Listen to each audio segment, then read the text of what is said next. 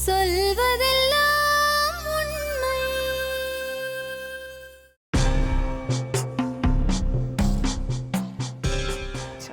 என் பேர் உமேரா மேடம். எங்கள் அம்மா வீட்டு வேலை பார்க்குறாங்க. எங்கள் அப்பா இல்லை சின்ன வயசுலேருந்து விட்டு போயிட்டாங்க. நாங்கள் ரொம்ப கஷ்டப்பட்டு தான் வளர்ந்தோம். அதுமாரி கஷ்டப்பட்டு வளர்ந்து நான் கம்பெனியில் வேலை பார்த்தேன். மணின்றவரோட மலையாளி எங்கள் இதில் மதத்தில் வரேன்னு சொல்லிட்டு என்னை ஏமாற்றி கல்யாணம் பண்ணிக்கிட்டார். கல்யாணம்னா ரிஜிஸ்டர் மேரேஜ் அவங்க முறைப்படி கூட எதுவுமே பண்ணிக்கல. சும்மா அப்படியே மாலை மாற்றி கல்யாணம் பண்ணிட்டார். உங்கள் அம்மா சம்மதத்தோட பண்ணீங்களா? இல்லை மேடம். அவர் வந்து கூட்டிகிட்டு போயிட்டார் என்ன. எங்கள் அம்மாவுக்கு நான் வேலைக்கு வரேன், நான் வா என் கூட அப்படின்னு என்னை கூட்டிகிட்டு போயிட்டார். என்கிட்ட பர்மிஷன் கேட்கல. அவர் கூட்டிகிட்டு போயிட்டு அங்கே நிப்பாட்டுறாரு.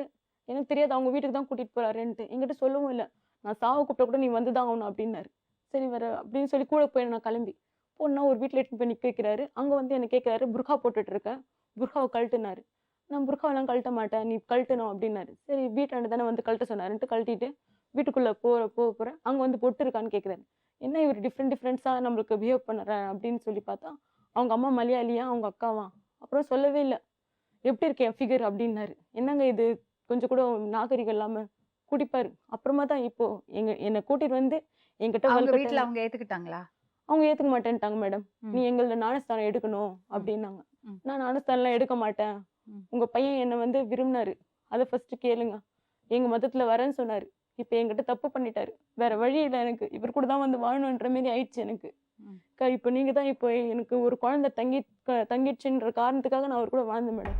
இப்போ எனக்கு ரொம்ப கஷ்டப்பட்டேன், சாப்பாடு கூட கஷ்டப்பட்டேன் மேடம். யாரோட? அவங்க எல்லா குடும்பத்தோட ஸ்டே பண்ணீங்களா? இல்லை, அவங்க கொஞ்ச நாள் தான் வச்சிருந்தாங்க. அதுக்கப்புறம் அமுச்சு விட்டாங்க. அவங்க அம்மா போயிட்டாங்க கோச்சிக்கிட்டு அவங்க அம்மா போயிட்டாங்க. இனியும் கூட எங்கள் அம்மா எங்கள் அம்மாவும் என்னை சேர்க்கல மேடம். என் குழந்தை பிறக்கிறதுக்கு எங்கள் அம்மா என்னை சேர்க்கவே இல்லை. இவ்வளோ கஷ்டப்பட்டு வளர்த்து எங்கள் ஜம்மாத்தாரங்களாம் வந்தாங்க, ரொம்ப திட்டினாங்க என்ன.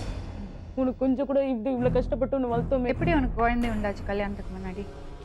அவர் கூட்டிகிட்டு போயிட்டாங்களா மேடம், வீட்டுக்கு கூட்டிகிட்டு போய் அதுக்கப்புறமா தான் மேடம் எனக்கு மாலை மாற்றினாங்க மேடம். கல்யாணம் பண்ணல மேடம் ப்ராப்பராக. எனக்கு அவங்க ஞானஸ்தானம் எடுத்தால் தான் அவங்க சர்ச்சில் கல்யாணம் பண்ணுவேன்னு சொல்லிட்டாங்க.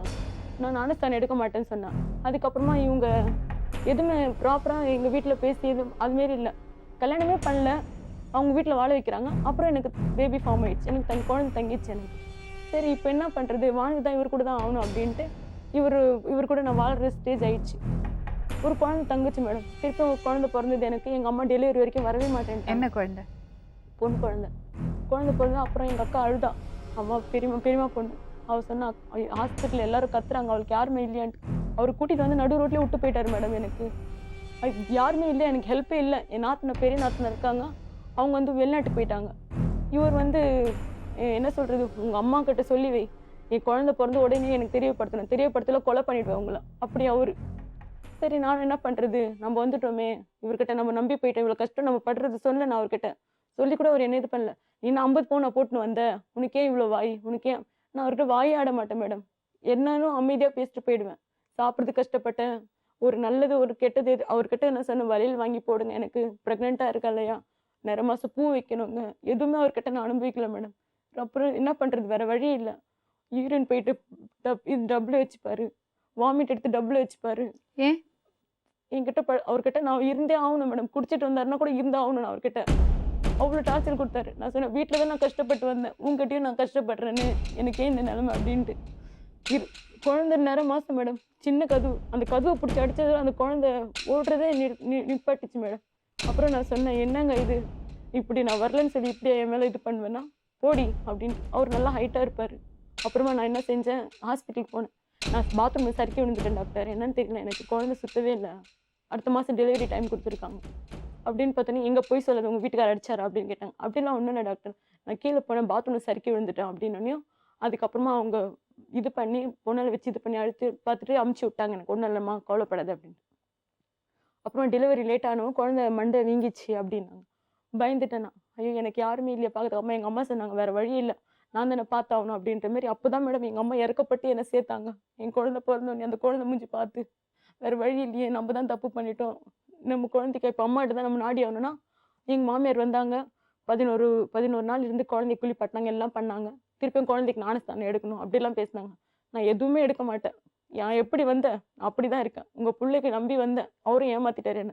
என் மதத்தில் வாண்ட அவர் நான் போஸ்ட் பண்ணேன்னா, எங்கள் குடும்பமே வேணான்ட்டு உங்கள் கிட்ட நிற்கிறேன் இல்லையா, இப்போ நான் எப்படி இருக்கணும் அப்படியே என்னை ஏற்றுக்குங்க அப்படின்னு. அவர் ரொம்ப ரொம்ப அடாவடி மேடம்.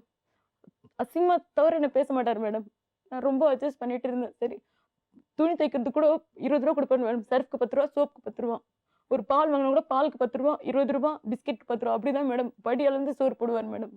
சரி பார்த்து 2 வருஷம் தாக்கு பிடிச்சிட்டு இருந்தேன் மேடம் நான். குழந்தைக்கு 2 வயசு. அதுக்கப்புறம் பால்வாடி விட்டு நம்ம வேலைக்கு போகலாமே அப்படின்ட்டு பால்வாடி விட்டு குழந்தைக்கு அதோட நான் அவர்கிட்ட வேணான்ட்டு வந்துட்டேன். அவங்க வீட்டில் இவன் இப்படி குடிச்சனால தானே இப்படி லைஃப் பண்ணிட்டு இருக்கான்ட்டு அவங்க வீட்டில் என்ன செய்ய குடிநீர் காப்பகத்தில் எடுத்துன்னு போய் சேர்த்துட்டு அவர் வந்து திருந்திட்டார் மேடம். திருந்திட்டு அதுக்கப்புறமா என் தம்பிங்கிட்ட குழந்தைய பார்க்கணுன்ட்டு வந்தார் மேடம் வீடு தேடி. குழந்தை பார்க்கணும். நானும் வந்து என் குழந்தைக்கு 4 வயசு ஆயிடுச்சு. குழந்தைய பார்க்க வந்து 2 வருஷம் காட்டவே இல்லை கண்ணுக்கு. நானும் அவர் கண்ணுக்கும் போகல. எதுவுமே அவர்கிட்ட வாங்கல் கொடுத்து எதுவுமே இல்லாத மாரி இருந்தேன் நான் பாட்டுக்கு. அப்புறமா இவர் சொன்னார், இதுமாரி வந்து என் குழந்தைய நான் பார்க்கணும், இவகிட்ட நான் சொல்லு, நான் நல்லபடியாக வச்சு காப்பாற்றுறேன் இவ்வளோ நல்லபடியாக. நான் ஒத்துக்கவே இல்லை மேடம். வேணாப்பா, போதும் உங்ககிட்ட பட்டது. இப்போ நான் நிம்மதியாக இருக்கேன். நான் வேலை உண்டு, என் வீடு உண்டு, என் குழந்தை உண்டு இருக்கேன். போதும், என் குழந்தைக்காவது நான் நல்ல லைஃப் கொடுக்கணும் அப்படின்ட்டு என் குழந்தைக்கு திருப்பி 5 வயசு ஆச்சு. திருப்பி வந்து சான்ஸ் கொடுவோம் மேரா, எனக்கு வாழணும் உங்ககிட்ட அப்படின்னாரு. சரி, நான் வாழ்றதுக்கு சம்மதிக்கிறேன். ஏன்னா எங்கள் வீட்டில் வந்து 2nd மேரேஜ் பண்ணிக்கோ அப்படின்ற ஃபோர்ஸ் பண்ணுறாங்க. வேணாம், எனக்கு என் குழந்தை வர்றவங்க என் குழந்தை பார்க்க மாட்டான், என்னதான் இது பண்ணுவான், அப்பான்ற ஸ்தானம் கொடுக்க மாட்டான். அதேமாரி வரம் கூட அப்படிதான் வந்தது. குழந்தை இருக்கு இல்லையா, குழந்தை வேண்டாம், நீங்கள் மட்டும் ஓகேன்ற மாரி சொல்லுங்க. வேண்டாம்மா, எனக்கு நான் உங்ககிட்ட இருக்கணும், தானே பிரச்சனைன்ட்டு திருப்பி அவர்கிட்டயே போனேன் மேடம். திருப்பி போனேன். திருப்பி உன் குழந்தை அபோட்ட தங்குச்சு மேடம். திருப்பி ஆபரேஷன் பண்ண வச்சா மேடம். எனக்கு ஒரு குழந்தையே போதும். ஃபர்ஸ்ட்டு குழந்தை வயிற்றுல 5 மாதம், கையில் 4 மாதம், எனக்கு கையில் 5 மாதம், வயிற்றுல 4 மாதம். இதே எனக்கு தெரியாது. திருப்பி அபோர்ட் பண்ண வச்சாரு. அது அபார்ஷன் கூட எங்கள் அம்மா தான் பார்த்தாங்க. வீட்டில் தான் ஆச்சு. வீட்டில் விட்டு போயிட்டு வயிறுலாம் க்ளீன் பண்ணல. சரி, நானும் ஏதோ போட்டோம், என்ன பண்ணுறது அப்படின்ட்டு. குடி தான், ஃபுல் குடி. அது ப்ளீடிங் ஆகுது. அப்போ கூட எங்கள் அம்மாவுக்கு அவர் ஹெல்ப் பண்ணல. என்னடா இவன் ஒய்ஃப் இப்படி இருக்காளே, உனக்கு வேணுமாடி, நான் கஷ்டப்பட்டு காப்பாற்றி கூட என் மானமே நீ போக வச்சிட்டியே, இன்னைக்கு இந்த நிலைமை ஒரு இதுமாரி கஷ்டப்பட வச்சிட்டிங்களா, எங்கள் ஜாதிக்காரனை கட்டியிருந்தா கூட 4 பேரை கூட்டிட்டு வந்து கேட்கலாமே. இப்போ வேற வழியே இல்லாத நீ நிற்கிறிய, தப்பு இப்போ பண்ணிட்டு எங்களே தலை குனியமாக்கி வச்சுட்ட, நீ அனுப்பிச்சு அவனுன்ற மாரி எங்கள் அம்மா சொல்லிட்டு இதே இருந்தாங்க. அம்மா டார்ச்சலும் நான் தாங்க முடியல. ஏன்னா நான் தப்பு பண்ணிட்டேன். நம்ம கேட்டு தான் அவன் 4 பேர். மறுபடியும் அவர் கூட வாழ்ந்தீங்க. அதுக்கப்புறம் திருப்பியும் போயிட்டு என் குழந்தைக்கு 5 வயசு. திருப்பி நான் போய் அவர்கிட்ட சேர்ந்து வாழும்போது மேடம், சேர்ந்து வாழும்போது திருப்பியும் குழந்தை தங்கிச்சு மேடம். எனக்கு என்னடா, குழந்தைக்கு 5 வயசு ஆயிடுச்சு, இப்போதான் திருப்பி நம்ம கிட்ட வந்து வாழ்றா இவன். திருப்பியும் குழந்தை தங்கிச்சுன்னா அந்த குழந்தைக்கு 2 மாதம் ஆயிடுச்சு. அந்த குழந்தைய அபோர்ட் பண்ணிவிடு, ஏன்னா அவளுக்கு திருப்பியும் நான் அதெல்லாம் என்னால் பொறுப்பெடுக்க முடியாது அப்படின்ட்டு. எனக்கும் என்ன டாட் ஆயிடுச்சு, குழந்தைக்கு 5 வயசு ஆயிடுச்சு. இதுக்கப்புறம் நம்மளுக்கு ஃபியூச்சரே இல்லை. அப்போவே நம்ம வேணான்ட்டு இருந்துட்டோம் குழந்தைக்கு தனியாக. இப்போ 5 வயசு ஆகி கூட குழந்தைக்கு அவர் வந்து கூட அவர் மூலியமாக திருப்பி நம்மளுக்கு ஒரு குழந்தை தங்கி கூட வேணான்றாரு அவர். இதுக்கு மேலே இந்த மனுஷனை திருந்த மாட்டாரு. நம்மளுக்கும் ஒரு வாழ்க்கை இல்லை, நம்மளுக்கு நம்ம குழந்தையே போதும், இதே போதும்ன்ட்டு நான் ஆப்ரேஷன் பண்ணிக்கிட்டு நான் திருப்பி அவர்கிட்ட சொல்லிட்டேன். இனி கரெக்டாக 1 வருஷம் மேடம், கரெக்டாக 1 வருஷம் வாழ்ந்தேன் அவர்கிட்ட. என் குழந்தைக்கு 5 வயசுல போனால் 6வது வருஷம் நான் வெளியே வந்துட்டேன் மேடம். வந்துட்டு இங்கே இப்போ நாங்கள் இருக்கிற வீட்டில் வந்து பக்கத்தில் பேச்சுலர் மேடம், மேலே ஒரு குடும்பம் இருக்குது. ஹவுஸில் ஆண்டி தங்கச்சி இருக்காங்க. ஹவுஸில் வந்து பக்கத்தில் இருக்காங்க. எல்லாமே நாங்கள் சொல்லியே வந்தோம். இதுமாரி வந்து ஏற்கனவே ஆல்ரெடி பிரச்சனை இருக்குது, இங்கே எதுவுமே இல்லை இல்லையா, என் பொண்ணுக்கு புருஷன் இல்லை, என் தம்பிங்க அவங்க நைட்டும் பகலும் வேலை தங்கி தான் செய்வாங்க, வாரத்தில் ஒரு வாட்டி தான் வருவாங்க. அவங்களுக்கு எதுவுமே வந்து வீட்டில் இருக்கிற சூழ்நிலை நாங்கள் எதுவுமே சொல்ல மாட்டோம். அப்படியே போய் நினச்சி மேடம். பக்கத்தில் பேச்சுலருங்க இருக்காங்க மேடம். அப்போவே பேச்சுலருங்க இருக்காங்களேன்ட்டு மனசு இருந்துச்சு. சரி இருக்கட்டும், நம்ம ஆட்களுங்க தானே இருக்காங்க, அவங்க மரக்கடையில் வேலை பார்க்குறாங்க, அவங்க பாட்டுன்னு அவங்க இருப்பாங்க அப்படின்னு நினச்சேன் மேடம். வந்து ஒரு 1.5 மாதம் ஒரு பிரச்சனையும் இல்லை மேடம். இப்போ நான் கல்யாணம் முடிச்சிருக்கேன் பார்த்தீங்களா, அவர் வந்து நான் வந்து 1.5 மாதத்தில் என்கிட்ட சொன்னார், என்னை பிடிச்சிருக்குதுன்னாரு. யார் அது? இப்போ 2nd மேரேஜ் பண்ணி. எங்கே பார்த்தேன் அவரை? என் வீட்டு பக்கத்தில். இப்போ நான் போய் கூடித்தான் இருக்காங்க எங்கள் அம்மா வீடு. அந்த பிரச்சனை ஆகிட்டு வந்தோமே அந்த வீட்டில் அவங்க சொன்னாங்க, இதுமாரி வந்து எனக்கு பிடிச்சிருக்குன்னு சொன்னார். பிடிச்சிருக்குன்னா என்ன நீங்கள் கல்யாணம் பண்ணிப்பீங்களா அப்படின்னு நான் கேட்டேன். இல்லை, நான் வந்து என் கல்யாணம் அவ்வளோதான், உங்களுக்கு கல்யாணம் ஆயிடுச்சுன்னா எனக்கு கல்யாணம் அவ்வளோதான். கல்யாணம் ஆகல, அப்புறம் நிச்சயதார்த்தம் ஆச்சு உடஞ்சிச்சு எங்கள் வீட்டுக்காருக்கு. நான் கேட்டேன், திடீர்னு போயிட்டு நிச்சயதார்த்தம் ஆச்சு சொன்னீங்க, ஏன் உடஞ்சிச்சு உங்களுக்குன்னு கேட்டேன். அந்த பொண்ணு வந்து யாரையும் விரும்புது அப்படின்னு சொல்லிட்டாங்க, அதனால வேணான்ட்டு அந்த பொண்ணு அப்படின்னு. சரி, இதோட எல்லாம் நல்லா உங்களுக்கு நல்லபடியாக வாழ்க்கை கொடுப்பாரு, நீங்கள் கவலைப்படாதீங்க, உங்கள் நம்பர் கொடுங்க எனக்கு அப்படின்னாரு. எதுக்குன்னு கேட்டேன். எங்கள் அக்கா வந்து வாட்ஸ்அப்பில் ஃபோட்டோ அனுப்புவாங்க, உங்ககிட்ட மொபைல் இருக்கு இல்லையா, அந்த நம்பர்லேருந்து வரட்டும் அப்படின்னாரு. அப்படியா, சரி, நீ இதுக்கு தானே கேட்குறீங்கன்னா, ஆமாம் இதுக்கு தான் கேட்டேன்னா, அவங்க வாட்ஸ்அப்பில் கொடுத்தா என்கிட்ட அனுப்பல ஃபோட்டோ, அவங்க சித்தி பையன்கிட்ட அனுப்பிச்சிட்டு இருக்காங்க. இவங்ககிட்ட சித்தி பையன்கிட்ட அனுப்பிச்சிட்டோன்னே நான் கேட்டேன், உங்களுக்கு ஃபோட்டோவே வரலையே எனக்கு அப்படின்னு கேட்டால், இல்லை உங்கள் ஃபோன் வந்து சுவிச் ஆஃபில் இருந்ததா, எங்கள் சித்தி பையன் ஃபோன்லாம் அனுப்பிச்சிட்டாங்க எங்கள் அக்கா அப்படின்னாங்க. அப்படிங்களா, சரி போட்டோம், ஃபோன் நம்பரை நீங்கள் டெலீட் பண்ணிவிடுங்க, ஃபோன் நம்பர் வச்சுக்காதீங்க அப்படின்னு நான் சொன்னதுக்கு, ஏன் நான் பேசக்கூடாது அவங்ககிட்ட, ஃப்ரெண்ட்ஸியாக கூட பேசக்கூடாது. ஃபைனலே கல்யாணம் பண்ணீங்களா அவரை? கல்யாணம் பண்ணீங்க. ஃபோன் பண்ணி டார்ச்சர் பண்ணி, என்னை ஏடி சாவடிக்கிறேன், நீ ஏண்டி இப்படி சாவடிக்கிறேன்னா, நான் சொன்னேன், சாவடிக்கிறேன் என்ன சாவடிக்கிறேன், நான் உங்களை என்ன பண்ணிட்டேன் அப்படி? எதுவுமே இல்லை நம்மளுக்குள்ள. இப்பவே பேசி பிரிஞ்சுட்டாதான் பிரச்சனை இல்லை. நீங்க எவ்வளவோ பேசுனீங்க, எனக்கு நோன்பு நேரத்துல ரொம்ப பேசிட்டீங்க என்கிட்ட. நான் நடந்ததெல்லாம் என் லைஃப் பத்தி உங்ககிட்ட சொன்னேன். நான் எந்த வாழ்க்கை வாழ்ந்துட்டு வந்தேன்னு கூட உங்ககிட்ட சொன்னேன். சொல்லி கூட நீங்க வந்து ஒரு பொம்பளை ஒரு ஆம்பளைலாம் எவ்வளோ கஷ்டம்னு பார்த்துக்கோ. அப்போ நீ தனியாக போயிட்டா உனக்கு கஷ்டம் வராதா? கடல் பிடிச்சி எங்கள் அம்மா வீட்டு பக்கத்தில் தான் நான் போயிருக்கேன். அங்கே இருக்கிற ஹவுஸ் நல்லபடியாக இருக்காங்க. நாட்டுறம்மா மதுரைக்காரங்க, அவங்க என்ன பாதுகாப்பு கொடுக்குறேன்னு சொல்லியிருக்காங்க. நீங்கள் ஒன்றும் கவலைப்பட தேவையில்லைனா. இவர் என்ன பண்ண வந்த புதுசுலேயே நான் ஹஸ்பண்ட் சொல்லி வந்துட்டார் மேடம். நான் இவர் ஹஸ்பண்ட், எனக்கு வேறு பேச்சே இல்லை மேடம். குழந்தை இருக்கு இல்லையா, ஹவுஸ் ஓனர்கிட்ட போய் சொல்ல முடியாது இல்லையா, நான் எனக்கு இவர் ஹஸ்பண்ட் இல்லை அப்படின்னு சொல்லிட்டு சரின்ட்டு நான் என்ன செஞ்சேன், சரி நம்மளை விரும்புகிற காரணத்துக்காக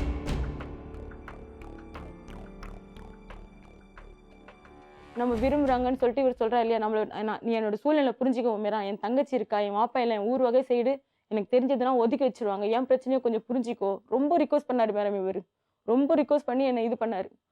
நான் என்ன சொன்ன ஒரே வார்த்தை, இவ்வளோ நீங்க சொல்றீங்க, எங்க ஃபேமிலியில பேசுங்க, நீங்க என்கிட்ட வந்துட்டீங்க, நீ ஏமாத்த நீ பார்த்துட்டு இப்போ நான் உங்ககிட்ட நல்லபடியா நடந்தா கூட, நான் வாழ்க்கை கொடுக்குறேன்னு சொன்னா கூட அதனால உன்னால ஏத்துக்க முடியல அப்படின்னாரு. இப்போ இதுக்கு என்னதான் சொல்றீங்க விமர்சனம் அப்படின்னு கேட்டா, என் கூட அப்படியே தப்பு பண்ணிட்டு வாழ்றதுக்கு ரெடி ஆயிட்டாரு மேடம். கல்யாண பேச்சு எடுத்தா ஒரு 2 மாசம் போய் எங்க வீட்டுல சொல்லணும்னா அவங்க அம்மாட்ட எங்க அம்மா ஃபோன் அடிச்சு சொன்னாங்க, இதுமாரி உங்க பையனை வேணான்ட்டு என் பொண்ணு ஒதுங்கிட்டு தனியா வீடு போயிட்டான். இப்போ வீடு போயிட்டு அந்த இடத்துல தப்பு பண்ணிட்டு இப்போ 2 பேரும் இருக்காங்க. இப்போ என்ன சொல்றீங்க? இப்படி கேட்டா, ஏதோ என் பையன் வயசு கோளாறுல தப்பு பண்ணிட்டாமா, நீங்க வந்து மன்னிச்சு விட்டுருங்கன்னா, உங்க வீட்லயும் பொண்ணுங்க இருக்குது, உங்க வீட்டுல இப்படி நடந்ததுன்னா நீங்க சொல்வீங்களா அப்படின்ட்டு. ஊர் விட்டு ஊர் பழைக்க வந்துட்டு நாங்க மெட்ராஸ்லயே பிறந்து மெட்ராஸ்லயே வாழ்ந்தவங்க, எங்களுக்கு எதுவுமே நியாயம் கிடைக்காதான்ட்டு நீங்க இப்படி பேசுறீங்களா அப்படின்னு கேட்டதுக்கு, இல்லம்மா அப்படின்னு அதோட அந்த டாப்பிக்கே அவங்க விட்டாங்க மேடம். இவர் என்னோட சரசரிமா வாழ ஆரம்பிச்சிட்டாரு. இவங்க சித்தி பையனுக்கு தெரிய வந்துச்சு. அவரு ரொம்ப அண்ணன் தம்பிக்குள்ள ஃபைட் போல 2 பேர் சண்டை போட்டுக்கினாங்க. இதுமாரி வந்து அவ கூட நீ போய் வாழாத, வேண்டாம் அப்படின்ற மாதிரி சொல்லியிருக்காரு. என்ன அது நம்மளுக்கு தெரியாது. பின்னாடி இவர் வந்து சொல்லுவாரு, நான் எவ்வளவு பிரச்சனை சந்திக்கிறேன்னா இது காரணம் யாரு? நீங்க தானே எனக்கு பிடிச்சிருக்குன்னு வந்தீங்க. நான் வந்து உங்ககிட்ட சொன்னீங்கன்னா பரவாயில்ல. அப்புறம் கல்யாணம் பண்ணிட்டீங்களா? கல்யாணம் பண்ணேன் மேடம். நான் எப்படின்னாக்கா, இவங்க 2 பேர் வந்து அவன் வந்து தப்பு பண்ணிட்டு ஒதுங்குற மாதிரி இருந்துச்சு. நான் சொன்னேன், என்னப்பா இது வழி, உங்கள் அம்மா ஃபோன் அடித்து சொன்னேன், அவங்க தம்பி கையில் சொன்னேன், எல்லாம் தெரியும். சண்டை 6 மாதம் மேடம், விடாமல் சண்டை. அந்த பையன் விடவே இல்லை. அவனுக்கு வந்து ஒரு மைண்டு ஒரு மாதிரியா பண்ணிட்டான் அவன். எங்க அம்மா எல்லாம் இங்க ரத்தம் வர வச்சுட்டாங்க மேடம். எங்க அம்மா இதுமாரி வாழ்றதுக்கு செத்து போடி, எங்களுக்கு வேண்டாம் நீ அப்படின்ட்டு எங்க அம்மா அது கூட ஒரு புத்துக்கலாட்டு பார்த்து நிக்கிறாரு மேடம். அடிக்காதீங்க. அப்போ நான் என்னன்னா, நான் கல்யாணம் பண்ணிக்கிறேன், எங்க ஊர் வகையில் நான் தெரிய மாட்டேன், எனக்கு தெரிய வச்சிங்கன்னா எங்க ஊர் வகையில் எனக்கு கூப்பிட்டு வச்சுப்பாங்க. எனக்கு தங்கச்சி இருக்குது, நான் இவளுக்கு கல்யாணம் பண்ணிக்கிறேன், எனக்கு கல்யாணம் ஆகல, நான் தான் நிக்கிறேன்ல உங்களுக்கு பாதுகாப்பா, இவளோட நானும் தப்பு பண்ணியிருக்கேன், நான் இவளை வந்து நான் குறை சொல்லலை, நான் என்ன இருக்குதோ நான் இங்கே மெட்ராஸ் வரைக்கும் நான் இவளுக்கு வாழ்க்கை கொடுக்குறேன் அப்படின்னா, அப்போ ஊர் வகையிலன்னா இப்போதைக்கு என்னால் ஊரில் சொல்ல முடியாது, எங்கள் அம்மாட்ட சொல்ல முடியாது. எனக்கு தெரிஞ்சதுன்னா நீ போதும்ப்பா மெட்ராஸில் உழைச்சது நீ போதும்ன்ட்டு எனக்கு கட்டிப்பாங்க, இவள் கட்டி கொடுக்க மாட்டாங்க. இவங்க அம்மா ஃபோன் நம்பர் உங்களுக்கு எப்படி கிடைச்சது? எங்கள் தெரிஞ்சவங்க பையன் கொடுத்தாம்மா.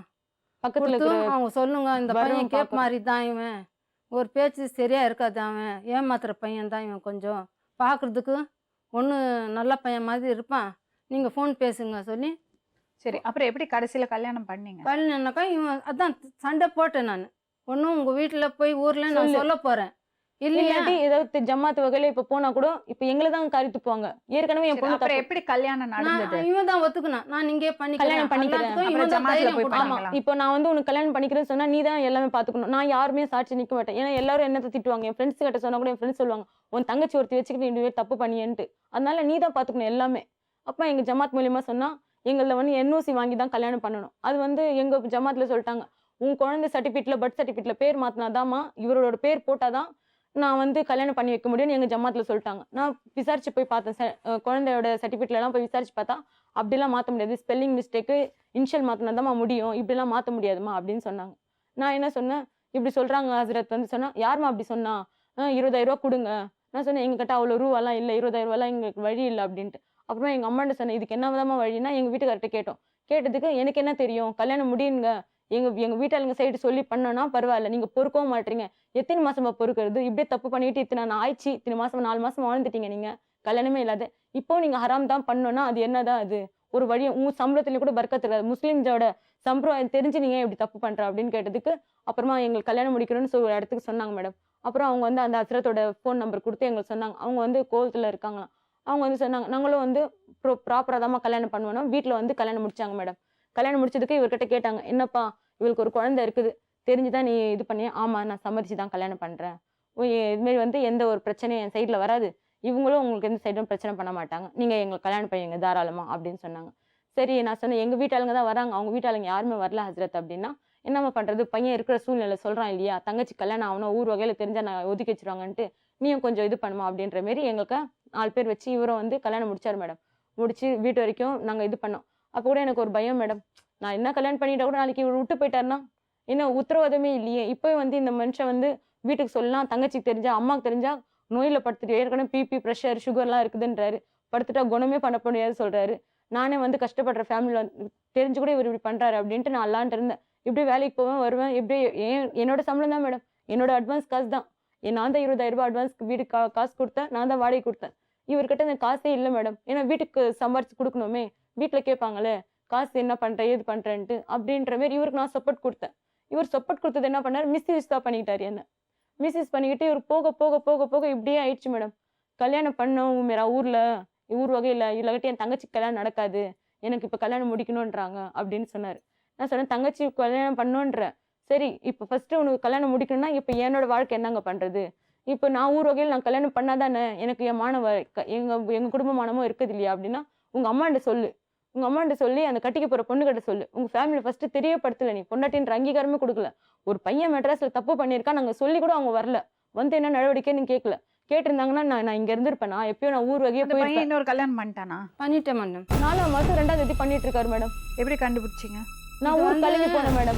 ஊருக்கு கண்டுனாக்கா மேடம், இவன் வந்து ஊர்ல இருந்து போயிட்டு எப்பவுமே தாங்க மாட்டான் அவன் ஊர்ல, எப்படியோ வேலை சொல்லி வந்துடுவான் அவன் ஒரு கூலிக்கார பையன்தான் அவன். ஆமா, எங்க வாங்க அங்கே அவன் என்ன பண்ணான், அடிக்கடிக்கு ஊர் போனான். நான் திட்டினேன், அடிக்கடிக்கு ஊருக்கு போகிறது இங்கே கடன் வாங்குறதுக்கு அவன் எப்படி கடன் கொடுப்பான், நாங்கள் எதுலானும் போய் எங்களை மாட்டி விட்டானாக்கா நாங்கள் எங்கே போய் நிற்கிறது, நாங்கள் என்ன வசதி ஆளா, நீ என்ன இந்த மாதிரி பண்ணுற சொல்லி என் பொண்ணுக்கு திட்டினேன். அதெல்லாம் பண்ணதுக்கும் ஒருத்தர் என்ன சொன்னாங்க, ஊரில் போய் பாருங்க, நீங்கள் ஊரில் போய் பாருங்கம்மா, அவன் என்ன செய்கிறான் என்ன இருக்கிறான் எங்கே இருக்கிறான்னு முதல்ல அது பாருங்க அப்படின்னா. எனக்கு அப்புறம் அவர் சொல்கிறார் மேடம், கல்யாணம் பண்ணிட்டு நான் தான் உனக்கு கல்யாணம் பண்ணிட்டு நீ இப்போ பிளாக்மெயில் பண்ணுறியா என்ன, நான் தான் கல்யாணம் பண்ணிட்டல, உங்க கூட வாழ்ந்துட்டு தானே உங்க கூட தானே நான் இருக்கேன், நான் எங்கள் வீட்டில் சொன்னேன், அவன் தான் கொடுத்தான், நான் தான் இருக்கிறேன், எங்கள் வீட்டில் ஒத்துக்க மாட்டாங்க, என்னை பிடிச்சி வச்சுட்டு உன்னை தைச்சிடுவாங்க, இப்படிதான் சொல்லி நின்றான் இவன். இப்படிதான். சரி, இப்போ நீங்க ஊருக்கு போயிட்டு என்னாச்சு? ஊருக்கு போனாக்கா நேராக ஜம்மாத்துக்கு தான் போனாங்க. நாங்கள் ஜம்மாத்துக்கு போனாக்கா ஐயோ இப்பதான் 15 நாள் தான் நம்ம கல்யாணம் கல்யாணம் இருட்டோட இருட்டா பண்ணிருக்காங்க. அந்த பொண்ணோட அந்த 2வது இப்போ கட்டியிருக்கிற பொண்ணு வந்து அம்மா அப்பா இல்ல, அந்த பொண்ணுக்கு அம்மா அப்பா இல்ல, இது மாதிரி வந்து நைட்டா தான் எங்களுக்கு கல்யாணம் ஆச்சு. எங்க ஊர் தலைவர் சொல்றாரு, இப்பதான் நாங்க என்ஓசி கொடுத்து கல்யாணம் பண்ணி வச்சோம், நாங்க என்ஓசி கொடுக்காதனால இப்ப நாங்க எதுவுமே கேஸ் எடுக்க முடியாது, இது நீங்க போலீஸ் வகையா நீங்க பாத்துக்கோங்க அப்படின்ட்டாரு. நாங்க மகள் ஸ்டேஷன்ல போய் கம்ப்ளைண்ட் கொடுத்தோம். அவங்க சொன்னாங்க, மெட்ராஸ் வந்து நீ வாழ்ந்திருக்க, இங்க வந்து நீ கேஸ் தான் நாங்க எடுக்க முடியாதுமாண்ணா. இல்ல மேடம், எங்க புருஷன் எங்கிட்ட சொல்லாமே செகண்ட் மேரேஜ் பண்ணியிருக்காரு, ஃபர்ஸ்ட் எனக்கு பொண்டாட்டின்ற அங்கீகாரம் அவருக்குள்ள இருந்து வாங்கி தரல, எங்கிட்ட சொன்னாரு அவரு நான் வாங்கி தரேன் எல்லாமே சொன்னாரு, கல்யாணமும் பண்ணிட்டாரு. இப்போ தங்கச்சிக்கு நிச்சயதார்த்தம் சொல்லி வந்தாரு மேடம், எங்கிட்ட காசு வாங்கிட்டு வந்து அப்புறமா இது மாரி பண்ணாரு மேடம், இங்கேயே கல்யாணம் முடிச்சிட்டு இருக்காரு மேடம். இது எப்பமா தெரியும், அவங்க ஊருக்கு வந்த பிறகுதான் மேடம் தெரியும் எனக்கு இவரு கூட்டிட்டே போக மாட்டேன்றாரு மேடம். அவங்க வீட்டாண்ட போய் நானும் நிக்கிறேன். நான் சொன்னேன், உங்க அம்மா தெரிஞ்சு எனக்கு இப்பதான் மேடம் அவங்க ஊருக்கு போயிட்டாரு, ஒரு வாரம் வந்தாரு. இங்க வந்தீங்க, எனக்கு ஒரு நியாயம் கிடைக்கணும் மேடம். நான் இவருக்கு என்ன மேடம் பண்ண, நான் கஷ்டப்பட்டு நான் சாப்பிட்டு சொன்னாங்க மேடம். இந்த பொண்ணு கூட வேணாம் தான் மேடம் சொன்னேன். உன் மேல பாஸ் வச்சுட்டனால என்னன்னு தெரியல. போனாக்கா வேலைக்கு போற டைம்ல என்ன செய்வேன், முதல்ல மொட்டை மாடியில யாருன்னா பாக்குறாங்களா, யாருன்னா செய்யறாங்களா, கூட வாழ்ந்துட்டு மேடம் ரொம்ப எல்லாத்துக்கும் அவன் திட்டுத்தனமா இருந்தான். எங்க அம்மா வந்து ஒவ்வொரு நாளும் தனியா வந்து போட்டுருது, போன் லுங்கிக்குள்ள மறைச்சி வச்சுக்குது, இதெல்லாம் சொல்ல என் பொண்ணு. அப்ப இவன் ஏதோ தப்பு பண்ணி இருக்கிறான், ஊர்ல போய் எங்கேயோ ஃபோன் கீன்னு பார்த்து நீ கண்டுபிடிச்சிக்கிறேன்னு சொல்லி இவன் ஃபோன் எடுத்து நோட் பண்ணுறது. நான் தான் சொன்னேன், நீ தான் தப்பு பண்ணல, தாராளமாக வை ஃபோனு, எங்களுக்கு என்ன பயம் இருக்குது, அவன் நம்பர் எடுத்து எதுனா நோட் பண்ணி எதுனா அவளை பற்றி தெரிஞ்சுப்பேன்னு சொல்லி தான் அவன் நோட் பண்ணுறான். அவனு நான் எவ்வளோ இவர்கிட்ட போராயிட்டேன் மேடம். உங்கள் அம்மாண்ட கூட்டிகிட்டு போறியா இல்லையா, உங்கள் அம்மா காலையில் நான் விழுந்து மன்னிப்பு கேட்குறேன், அம்மா உங்கள் பையன் தப்பான தப்புக்கு நானும் உடந்தையான்ட்டேன், மன்னிச்சுக்கேன். நான் எவ்வளோ உங்கள் பையன் கிட்ட சொன்னேன், அவங்க வீட்டுல சொல்லி கூட ஜமாத்ல என்ன சொல்றாங்க எங்களுக்கு தெரியவே சொல்றாங்க மேடம். எங்க கண்ணு பையன் என்ன சொன்னா தெரியுமா, நான் துணி துவைக்கிற பொண்ணு அதெல்லாம் ஒண்ணும் இல்லம்மா, கேட்டு பாருங்க. அவ எதற்குதான் எல்லாமே நம்பிக்கை குத்தாரு மேடம். இவ்வளவு நம்பி நிக்கிறதுக்கு காரணம் ஒரே காரணம் இவர் என்ன ரொம்ப பாசமா இருக்க. இப்போ சொல்றாரு, நீ இன்னைக்கு காலையில சொல்றாரு, எனக்கு உன்னை பிடிக்கவே இல்லடி, எனக்கு உனக்கு பிடிக்கவே இல்லை. இவரோட தோற்றமே வேற மாதிரி ஆயிடுச்சு மேடம். ஆனா ஒரு நாள் கூட மேடம் எனக்கு என்ன இருக்காம விட மாட்டாரு மேடம். ஒரு நாள் கூட மேடம் டார்ச்சர்லாம் டார்ச்சர் மேடம் இவர்கிட்ட எனக்கு. நான் பரவாயில்ல கிழிச்சு ட்ரெஸ் அப்படியே கிழிச்சிட்டு இருப்பாங்க. சொல்லுவாங்க வாசல்ல இருக்கிற பசங்க வந்து சொல்லுவாங்க மொட்டை மாடிக்கு வந்தானாக்கா. இவரை நான் என்ன மேடம் குறை வச்சேன்? இவர் நம்பிக்கை கொடுத்தாரு மேடம். என்ன லவ் பண்றேன்னு நம்பிக்கை கொடுத்தாரு, எங்க பாசமா இருக்க நம்பிக்கை கொடுத்தாரு. இவர் நான் குழந்தை மாரி பாத்துக்கினேன் மேடம். என் பெத்த குழந்தையோட நான் இவரை பாத்துக்கணும். அவ்வளவு அன்பா இருந்தேன் மேடம் இவர்கிட்ட. இவருக்கு நான் என்ன குறை வச்சேன் நான் இவருக்கு? என் பேர் ஹமீத். ஹமீத். அக்கா தங்கச்சி எல்லாம் இருக்காங்களா? 2 ராத்தா ஒரு தங்கச்சி இருக்காங்க. செய்யலாமாப்பா? அவளே ரொம்ப கஷ்டப்பட்ட வாழ்க்கையில அடிப்பட்டு கிடக்கா.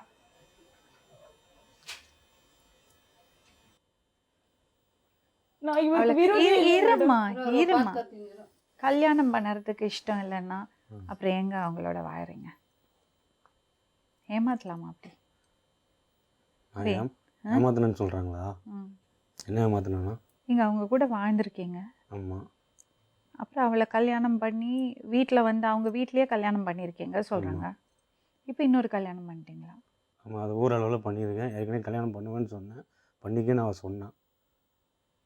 மேடம், புரியல. first இங்க ஒரு பொண்டாட்டி. பொண்டாட்டி அங்க இன்னொரு பொண்டாட்டி. பொண்டாட்டின்ற ஸ்தானமே அவங்க வீட்டுல வாங்கி தரல மேடம். நாங்க இருமா. ஊருக்குள்ளேயும் அதான் சொன்னேன் மேடம். இருமா இங்க ஒரு பொண்டாட்டி ஊர்ல இன்னொரு பொண்டாட்டியா?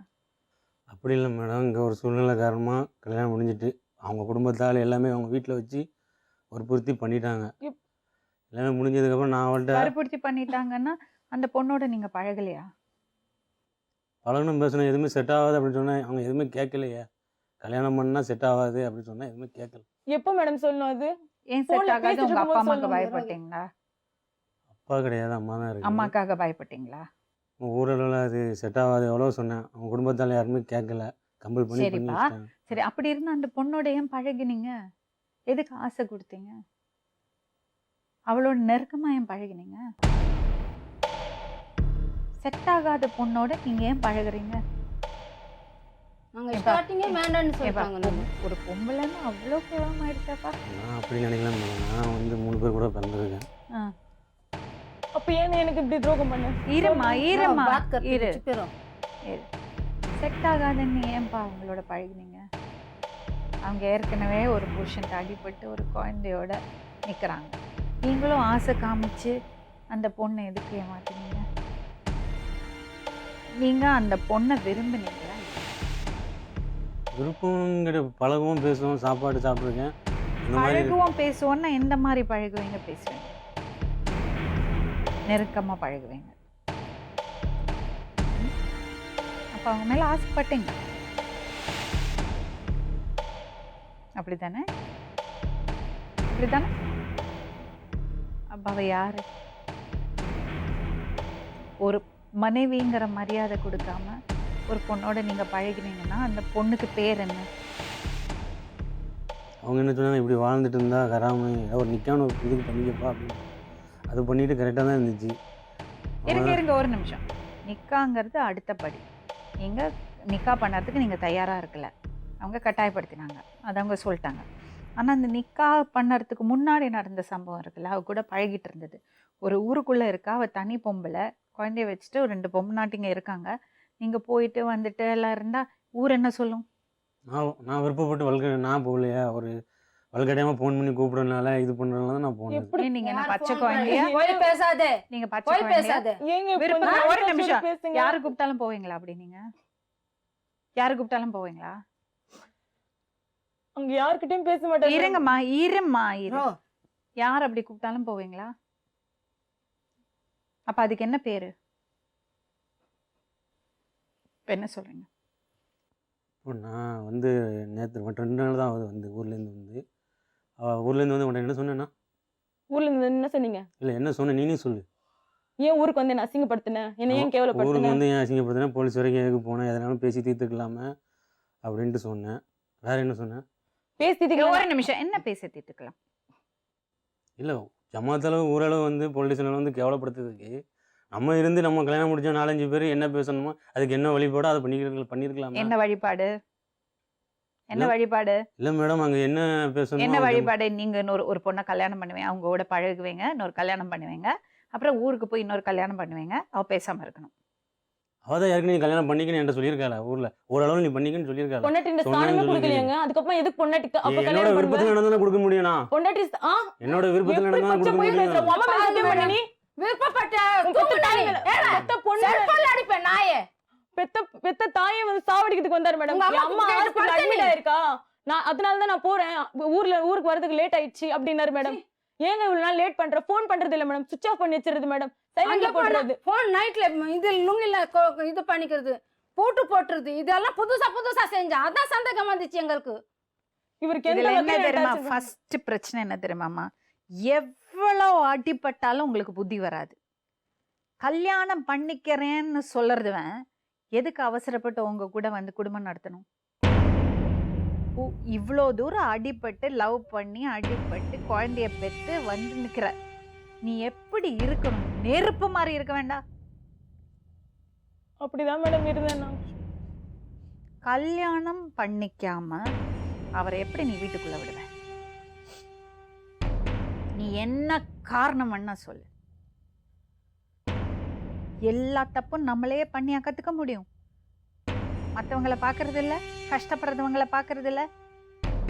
எத்தனையோ எபிசோட்ஸ்ல இது நடக்கிறது. கல்யாணம் பண்ணிக்கிறேன்னு சொல்லி ஏமாத்துறது காலங்காலமா நடக்கிறது. கல்யாணம் பண்ணிக்க போறதுவங்க எதுக்கு உனக்கு கூட அவசரப்பட்டு இந்த மாதிரி பண்றாங்க? அப்போ உனக்கு என்ன மரியாதை இருக்கு? மேடம் எங்கள் வீட்டில் நான் சஹாருக்கு போவே இல்லை மேடம். எங்கள் தம்பி ரூம்குள்ளே தூங்குறான், இவன் வீட்டுக்குள்ளே வந்துருக்குறான். இவளுக்கு எங்க போச்சு புத்தி? இவன் வந்து சஹாருக்கு ஏஞ்சி இருக்குது, வீட்டு லைட்டெல்லாம் ஆஃப் பண்ணி தொல்லை பண்ணி வந்திருக்கிறான். அதுவும் ஒருத்தர் பார்த்துருக்குறாங்க. ஒரு விஷயம் சொல்லவாமா, லைட்டை போட்டு வெளியே இந்த பொண்ணு வெளியே வந்து ஊர் மக்களை கூப்பிட்டு இருந்தா அவர் அப்புறம் தப்பிச்சிருப்பாரா? அதுதான் திட்டினேன் நான். இவர் தப்பே பண்ணல மேடம், பேசினா மேடம் இந்த எதுக்கு பேசணும்? நோன்பு நேரத்துல வந்து எதுக்கு கதவு என்ன தட்டி time எழுப்புவாரு. என்ன? எதுக்கு வரணும்? நோன்புக்கு எதுக்கு வரணும்? கதவு தட்டி எழுப்புவார் மேடம். நோன்புக்கு அவர் போகும்போது வெளியே போய் சாப்பிடுவார்ல, அப்ப எனக்கு கதவு தட்டி எழுப்புவாரு. நோன்புக்கு எங்க அம்மா போயிடுவாங்க, எங்க மாமா நான் என் குழந்தை 3 பேர் வீட்டுல இருக்கிறோம். அப்ப இவர் எழுஞ்சி சஹாருக்கு டைம் ஆகுது பாரு, எழுந்து சஹார் பண்ணு, இப்படிதான் மேடம் போய் நின்றுச்சு. அதுக்கப்புறமா இவர் கையில அடிபட்டுச்சு. அதோட இவர் வந்து ரொம்ப எங்கிட்ட இது பண்ண ஆரம்பிச்சிட்டாரு. சஹாருக்கு பேச அப்பதான் மேடம் ஓவரா இவருக்கு என் மேல அஃபெக்ஷன்ற மாதிரி பேச ஆரம்பிச்சிட்டாரு. உன்னை பார்க்காம என்கிட்ட இருக்க முடியல உமேரா, அவங்ககிட்ட பேசாம என்னால இருக்க முடியல, என்னென்னவோ சொல்றாரு. வேலைக்கு போனா வேலையில போய் தூங்குவேன் மேடம். நைட்டெல்லாம் இவர்கிட்ட பேசுறது முழிச்சு அவ்வளோ நாகரிகமா மேடம். கை கூட மேடம் சுண்டு விரல் கூட படாம அவ்வளோ என்னை நம்ப வச்சார் மேடம். அவ்வளோ நாகரிகமா நடந்தாரு மேடம். எவ்வளோ என் மனசுல ஆசை வளர்க்கணுமோ அவ்வளோ வளர்த்தாரு மேடம். அவ்வளோ நம்பிக்கை கொடுத்தாரு மேடம். பிரெயின் வாஷ் நல்லா பண்றான் அவன். அவ சொன்னதை பாத்தீங்களா? அவ தனியா வாழறது பொண்ணு, சின்ன பொண்ணு தானே அவ. மனுஷங்கள்லாம் நம்மலாம்.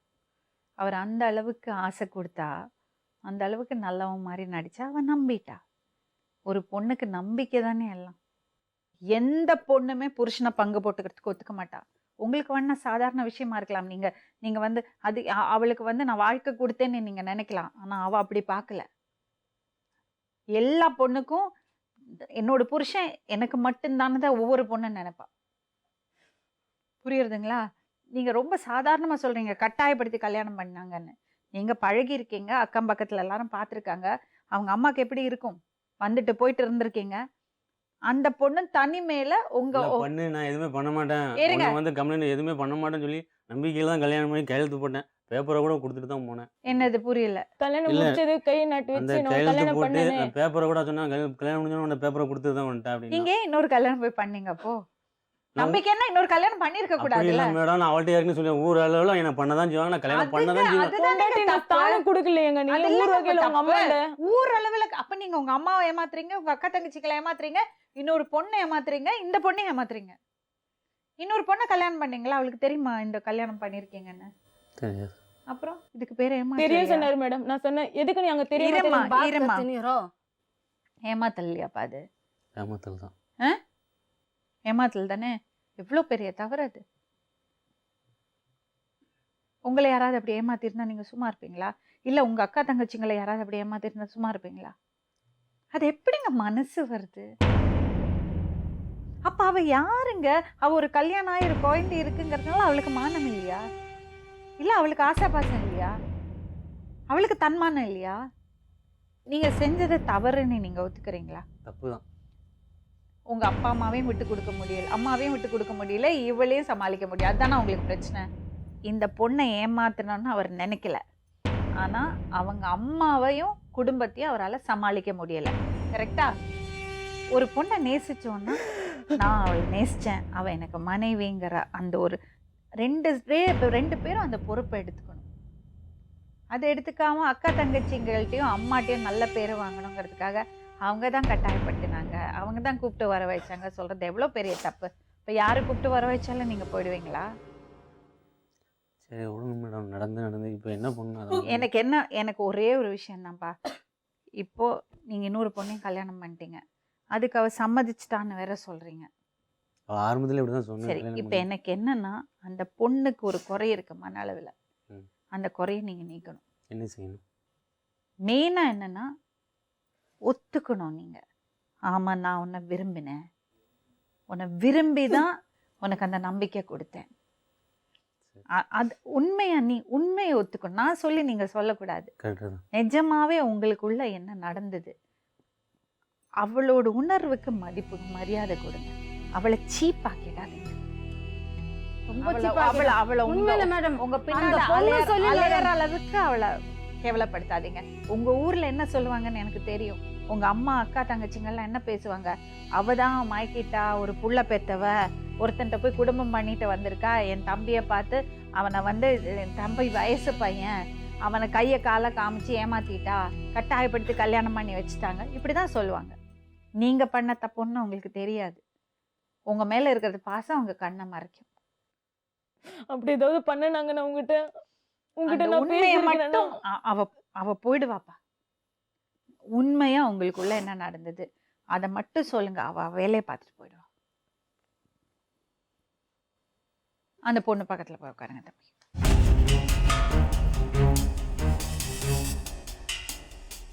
நீங்க 2 பேரும் பேசிக்க, அவளுக்கு அந்த தைரியத்தை கொடுங்க, அவ்வளவுதான், வேற ஒன்றும் இல்லை. அப்புறம் உங்க இன்னொரு மனைவி ஒத்துப்பாங்களா இதுக்கு? அவங்களுக்கு தெரியுமா? சொல்லணும்ல உங்ககிட்ட.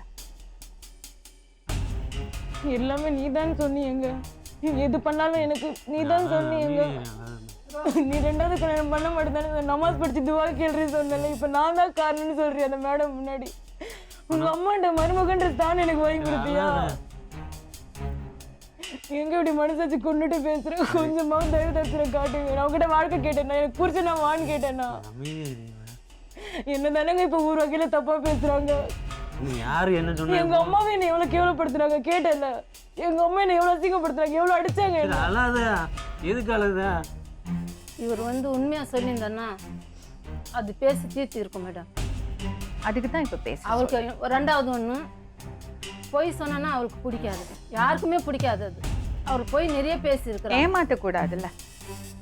கல்யாணம் ஏற்கனவே பண்ணிடுவேன் ஊரில் அளவில் அப்படி சொல்லியிருக்கேன், பண்ணிக்கணுன்றதா நான் சொல்லாத ஒன்று தான் தப்பு. நான் அந்த அளவில். சரி, அந்த பொண்ணுகிட்ட சொல்லியிருக்கீங்களா? சொல்லலைல்ல. அது எவ்வளோ பெரிய தப்பு, சாதாரணப்பட்ட தப்பு கிடையாதுப்பா, அது ரொம்ப பெரிய தவறு. இப்ப யாரோட வாழ்க்கை பண்ணி இல்லை உனக்கு என்ன பண்ணணும் அதை மட்டும் சொல்லு. என் கூட நீ வாழணுங்க. சரி ரைட்டு விட்டு வேற என்ன? உங்க ஊர் வகையில உங்க அம்மா என்ன மருமகளா ஏத்துக்கணும். இல்லை நான் இங்கே வச்சு உன்னை வாழ்வேன், ஊர் அளவில் உன்னை ஏற்றுக்கலாம் மாட்டான், உன் கூட வாழணும், அவ்வளோதானே, வாழ்கிறேன் போதுமா? அந்த பொண்ணுட்டு சொல்லணும் உங்களுக்கு ஏற்கனவே கல்யாணம் ஆயிருக்குன்னு. அப்புறம் அவங்க ஒத்துக்கிட்டாங்கன்னா தாராளமாக நீங்கள் வாங்க, நாங்கள்லாம் கேட்க முடியாது. ஆனால் எங்களுக்கு இப்போ ஒரு விஷயம் தெரிஞ்சிருக்கு, நீங்கள் உங்கள் மனைவியை ஏமாற்றிருக்கீங்க, 2வது மனைவியை. அவங்கள்ட்ட நீங்கள் சொல்லணும். இல்லை அதே மாதிரி உங்கள் அம்மா உங்கள் அக்காங்களுக்கு நீங்கள் இப்போ சொல்லணும், விருப்பப்பட்டு தான் நான் அவளை கல்யாணம் பண்ணேன், கட்டாயப்படுத்தி கல்யாணம் பண்ணல, நான் அவன் மேலே ஆசைப்பட்டேன், விருப்பப்பட்டேன், அவள் கூட சுற்றிட்டு இருக்கேன் தெரிஞ்சு அவங்க அம்மா கட்டாயப்படுத்தி கல்யாணம் பண்ணாங்க, ஆனால் நான் அவளை மேலே ஆசைப்பட்டேன். அந்த மனைவியை கூப்பிட்டு நீங்கள் சொல்லணும். அதுக்கப்புறம் நீங்கள் முடிவெடுங்க என்ன பண்ணணும். இது மட்டும் நீங்கள் செய்யணும். கூப்பிடுங்க. ஹலோ அம்மா. சொல்லுங்கம்மா மேடம். நான் சொல்வதெல்லாம் உண்மையிலேருந்து லக்ஷ்மி ராமகிருஷ்ணன் பேசுகிறேம்மா. சொல்லுங்கம்மா. ஹமீதோட அம்மா தானே பேசுறீங்க? ஆமாம்மா. அம்மா என்னன்னா, உங்க பையன் வந்து ஹுமீரா மேல ஆசைப்பட்டிருக்காரு, சரியா? பக்கத்துல இருக்கும்போது அந்த பையன் மேல அந்த பொண்ணு மேல ஆசை, அந்த பொண்ணு வந்து கல்யாணம் ஆகி ரொம்ப கொடுமை அனுபவிச்சு கை குழந்தையோட இருந்திருக்கா. அவங்க அம்மாவும் புருஷன் விட்டு போய் அப்பா இல்லாத குழந்தைங்கள ரொம்ப கஷ்டப்பட்டு வளர்த்துருக்காங்க. அந்த பொண்ணு ஒழுக்கமான பொண்ணு தான். சொல்லுங்க. உங்க பையன் வந்து அவளை பிடிச்சிருக்கு சொல்லியிருக்கான். அப்பெல்லாம் விலகி விலகி போயிருக்கா. ஒரு ஸ்டேஜ்ல வந்து அவளும் சின்ன பொண்ணு தானே, அவளும் மனுஷி தானே, ஒரு இடத்துல உங்க பையனோட பாசத்துக்கு அவ வந்து வழங்கிட்டா. சொல்லுங்க. புருஷன் பொண்டாட்டி மாதிரி வாழ்ந்திருக்காங்க. அந்த பையன் கிளியரா சொல்லியிருக்கான், எங்க ஊர்ல ஏத்துக்க மாட்டாங்க, எங்க அம்மா ஏத்துக்க மாட்டாங்க, எங்க அக்கா தங்கச்சிங்க ஏத்துக்க மாட்டாங்க. உங்க பையன் முதல்ல இருந்தே சொல்லிட்டு தான் இருந்திருக்கான். சரி. ஆனா அந்த பொண்ணை பெத்த ஒரு தாய் இருக்காங்கல்ல, அவங்களுக்கு அவங்க பொண்ணோட தன்மானம் முக்கியம் இல்லையாமா? ஆமா ஆமா அவங்க கண்டிப்பா.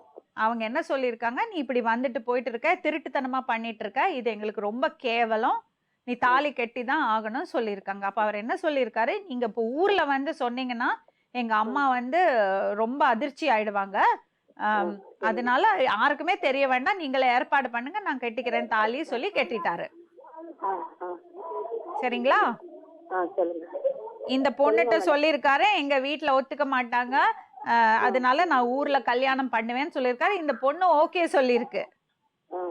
ஆனா சொல்லாம கொள்ளாம அவர் ஊர்ல வந்து கல்யாணம் பண்ணிட்டாரு. இல்ல மேடம், நீங்க அதையும் புரிஞ்சுக்கணும். நான் ஃபர்ஸ்ட் பொண்டாட்டின்ற ஸ்தானம் அவங்க அம்மாட்ட சொல்ல சொன்னேன் மேடம். ஆனா மேடம் கல்யாணத்துக்கு நான் சொல்ல சொன்னேன். நீ எனக்கு பொண்டாட்டிங்கிறது ஸ்தானம் கூட உங்க அம்மாட்ட சொல்லு கல்யாணம் பண்ணிருக்கேன்னு, அதுக்கப்புறம் நீ கல்யாணம் பண்ணிக்க, எனக்கு பிரச்சனை இல்லைன்னு அந்த பொண்ணு சொல்லியிருக்கா. ஆனா இந்த பையன் என்ன பண்ணிட்டான், நல்ல பேர் எடுக்கிறதுக்காக உங்களை பயந்துட்டு உங்கள்ட்ட அதை சொல்லவும் இல்லை, பழியெல்லாம் அந்த பொண்ணு மேல போட்டுட்டாரு. அந்த பொண்ணுகிட்ட சொல்லாம ஊர்ல வந்து அந்த பொண்ணையும் ஏமாத்தி இன்னொரு பொண்ணை ஏமாத்தி கல்யாணம் பண்ணிட்டாரு. அது வந்து எங்களுக்கு எந்த இதுவும் தெரியாது மேடம். இந்த பொண்ணாவது எங்கள்கிட்ட ஒரு வார்த்தை சொல்லலாம் இல்ல? எப்படிமா உங்க பையன் வந்து சொல்லிட்டுன்னா எங்க அம்மா இறந்துடுவாங்க, எங்க அக்கா தங்கச்சிங்க பேச மாட்டாங்க சொன்னா எப்படிமா? நம்ம வந்து அவங்க கூட நம்ம ஒப்புக்கொள்ளும் போது அவங்க தாய் தப்பன்ட்ட சொல்லலாமா சொல்லக்கூடாது? அவங்க தங்கச்சிக்கு மாப்பிளையே கொடுக்க மாட்டாங்க சொன்னாங்க மேடம். அவங்க தங்கச்சிக்கு மாப்பிளையே கொடுக்க மாட்டாங்க. நான் இப்படி ஒரு தப்பு பண்ணிட்டேன்னு தெரிஞ்சா மெட்ராஸ் அளவுக்குல நீங்க வந்து கத்தி கூர்பாடு பண்ணிட்டீங்கன்னா எங்க தங்கச்சி கல்யாணமே நடக்காது, என் தங்கச்சி லைஃபாவது பாரு. மேடம் நீங்க சொல்றது பூரா நான் கேட்கறேன் மேடம், நான் இல்லைன்னு சொல்ல மாட்டேன். இல்ல சைராபானு அம்மா, எனக்கு நீங்க சொல்றது புரியுறதுமா, உங்க பக்கத்துல நீங்க கேக்குறது நியாயம்தான். ஆனா இதுல என்னன்னா, உங்க பையன் ஒரு தப்பு பண்ணிருக்காரு, அதுக்கு பொறுப்பு அவர் எடுத்துக்கணும். அந்த பொண்ணை வந்து கேவலப்படுத்த கூடாது. நீதான் பின்னாடி வந்த, நீதான் வர சொன்ன, நீதான் வந்து கட்டாயப்படுத்தி கல்யாணம் பண்ண சொன்னேன்னெல்லாம் அவரை வந்து அப்படி நழுவ கூடாதுமா. அது ரொம்ப முக்கியம். ஊருக்கு வந்தலாம் மேடம், எங்களை வந்து கண்டு பேசலாம்ல? என்னமா? ஜெர்மனிக்கு வந்தவா எங்கள்கிட்ட கண்டு பேசலாம்ல? கேளுங்க மேடம். அது போலியாமா? வீட்டுக்கு கூப்பிடல மேடம், எனக்கு வீட்டுக்கு கூப்பிடல. அவங்க மாமா. சரி, இப்ப கம்ப்ளைண்டே வேண்டாம், நீங்க உங்க அம்மாட்ட பேசுங்க, நான் சொல்லி புரிய வச்சாச்சு. நீங்க உங்க அம்மாட்ட பேசு. ஒரு நிமிஷம்மா சைராபானம்மா, ஒரு நிமிஷம். அமீத் பேசுகிறேன். சொல்லு. அதான் 12 மாமா சொன்னாங்களா, அந்த இடத்துல தான் கல்யாணம் ஆச்சு.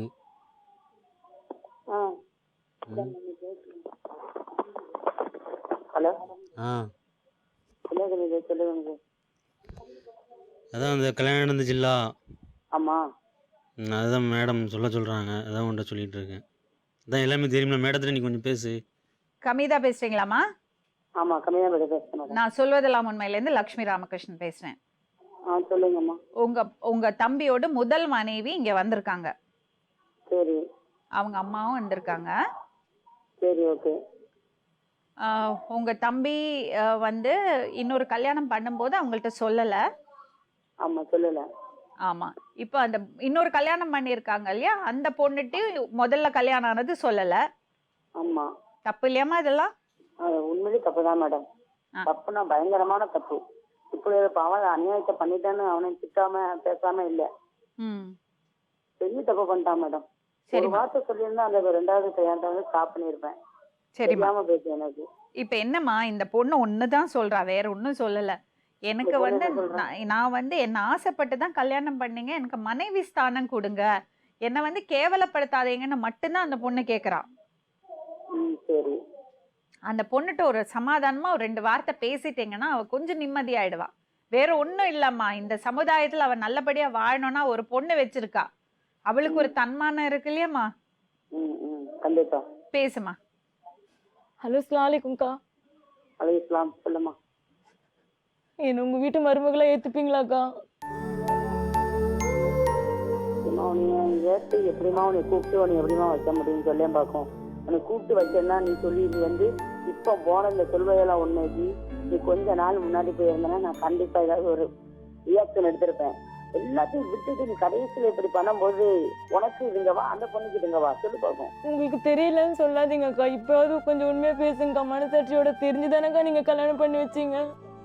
அல்லாம சத்தியமா எனக்கு உனக்கு கல்யாணம்னா தெரியவே செய்யாது. உங்க அம்மாவுக்கு ஃபோன் பண்ணி நாங்க தெரிய வச்சாங்கம்மா. உங்க அம்மாவுக்கு ஃபோன் பண்ணி நாங்க தெரிய வச்சாங்க. நான் தெரிய வச்சேன். நான் உங்க தம்பி எதற்கு உங்க தம்பி கூட உங்க அம்மா கையில பேசினாங்க. கல்யாணம் என்ன சொன்னாங்க தெரியுமா? உங்க தம்பி துணி துவைக்கிற பொண்ணு மாடினா கேளுங்க, எதிரில தான் பேசுறேன் நான்.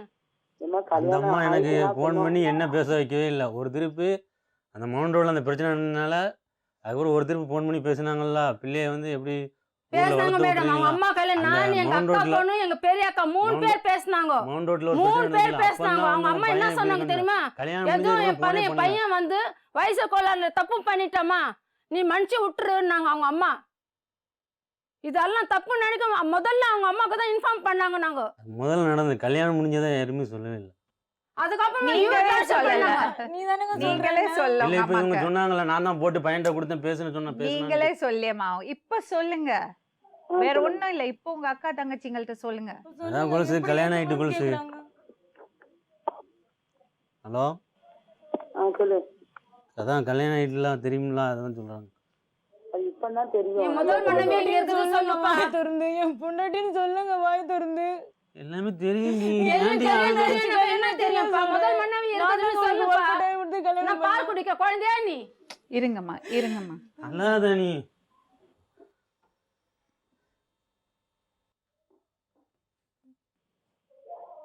ஹலோ சொல்லு. சரி, இப்ப என்னதான் சொல்றாங்க அவங்க ஃபைனலா? அதான் மேடத்திட்ட கேளு. அவங்க என்ன சொல்கிறாங்கன்னா, மனைவிங்கிற சாணத்தை கூட வச்சு வாழு அப்படி சொல்கிறாங்க. எல்லாமே நடந்துட்டு தான் இருந்துச்சு. அவன் இங்கே இந்த அளவுக்கு இப்படி வருவான்னு எனக்கு தெரியுது. நான் வந்து 2 நாள் தானே ஆகுது. ஏன் ஊருக்கு வந்தேன், ஏன் அசிங்கப்படுத்தினேன், கேவலப்படுத்தினேன், போலீஸ் வரைக்கும் எதுக்கு போனேன் அப்படின்னு தான் கேட்டேன். வேறு எதுவுமே கேட்கல. சரி இப்படியா இருக்க வச்சுட்டு சொல்லிட்டு இருந்தேன். சரினால எனக்கே தெரியும். மேடத்தை கூட நான் கொஞ்சம் நாயத்தை கேட்கட்டும். மேடத்தை கூட பேசு. நான் இங்கதாம்மா இருக்கேன். இருக்கீங்களா மேடம்? அதாவது அந்த பொண்ணு பாருங்களேன், நான் வந்து அநியாயத்துக்கு ஒரு காலமும் தலை கொடுக்க மாட்டேன். கேட்டீங்களா? எனக்கு நியாயம், என் தம்பியா இருந்தாலும் சரி, என் கணவனா இருந்தாலும் சரி, பிள்ளையா இருந்தாலும் சரி, எனக்கு நியாயம் நேசி ஈர்ப்பாதான். கேட்டீங்களா? நான் பயப்படக்கூட ஒரே ஆளு என் ரப்புக்கு தான், வேற யாருக்குமே கிடையாது. அதை மட்டும் கேட்டுக்கிடுங்க. சரிம்மா, இப்போ புரியுது உங்க கஷ்டம், எனக்கு புரியுது. உங்க தம்பி உங்கள்ட்ட உண்மையா சொல்லி இருக்கணும், சொல்லல. இப்ப இந்த பொண்ணுக்கு என்ன வழி சொல்லுங்க. இந்த பொண்ணுக்கு என்ன வழின்னா, அந்த பொண்ணு வந்து ஃபர்ஸ்ட் இன்ஃபார்ம் பண்ணிருக்கணும். அம்மா ஒரு விஷயம் நீங்க கிளியரா புரியுங்கம்மா, புரிஞ்சுக்கங்கம்மா. இன்ஃபார்ம் பண்ணாலோ இல்லையோ உங்க தம்பியோட முதல் மனைவி அவ. சரி ரைட்டு. அவதான் அவக்கள் தான் முதல் மனைவியோட ஸ்தானம். சரி சரி சரியா? சரி மேடம், அவனுக்கு அந்த அந்தஸ்து அந்த பொண்ணுக்கு வேணா கொடுக்க சொல்லுங்க, ஒன்றும் பிரச்சனையும் இல்லை. சரிங்களா? அதுல எந்த குழப்பமும் இல்லை. இந்த பொண்ணுகிட்ட வந்து கொஞ்சம் பக்குவமா சொல்லி கொடுவோமே அப்படின்னு நான் சொல்லிக்கிறேன்மா. நான் பக்குவமா சொல்லி வைக்கிறேன். சரி சரி, ரொம்ப தேங்க்ஸ் மேடம். ரொம்ப தேங்க்ஸ்மா, ரொம்ப தேங்க்ஸ். இப்போ என்னன்னா ஒரு விஷயம் புரிஞ்சுக்கோ, அது சின்ன பொண்ணு, அதுக்கு பெரிய ஷாக்காக இருக்கும் நம்ம ஃபோனில் கூப்பிட்டு பேசினா. இவங்க அம்மாவுக்கும் அக்கா தங்கச்சிக்கு ஏற்கனவே தெரியும், அதனால தான் நான் பேசினேன். அந்த பொண்ணுக்கு நீங்கள் பக்குவமாக எடுத்து சொல்லுங்கள், சரியா? இந்த பொண்ணு கொடுமைப்பட்டாங்க. சரி, நல்லபடியாக நான் எப்படி சொல்கிறது, நல்லபடியாக 2 பேர் கூட வாங்க நான் சொல்லவே முடியாதுப்பா. அந்த பொண்ணை முடிவெடுக்கட்டும், அந்த பொண்ணை முடிவெடுக்கட்டும். என்னன்னா இவங்களுக்கு இவன் வந்து சொல்லிட்டாங்க, வந்து உட்காந்துட்டா. இப்போ அந்த பொண்ணுக்கு தெரிய வரும்போது அவன் முடிவெடுக்கட்டும். மீண்டும் இன்னொரு உண்மை சம்பவத்துடன் உங்களை சந்திக்கும் வரை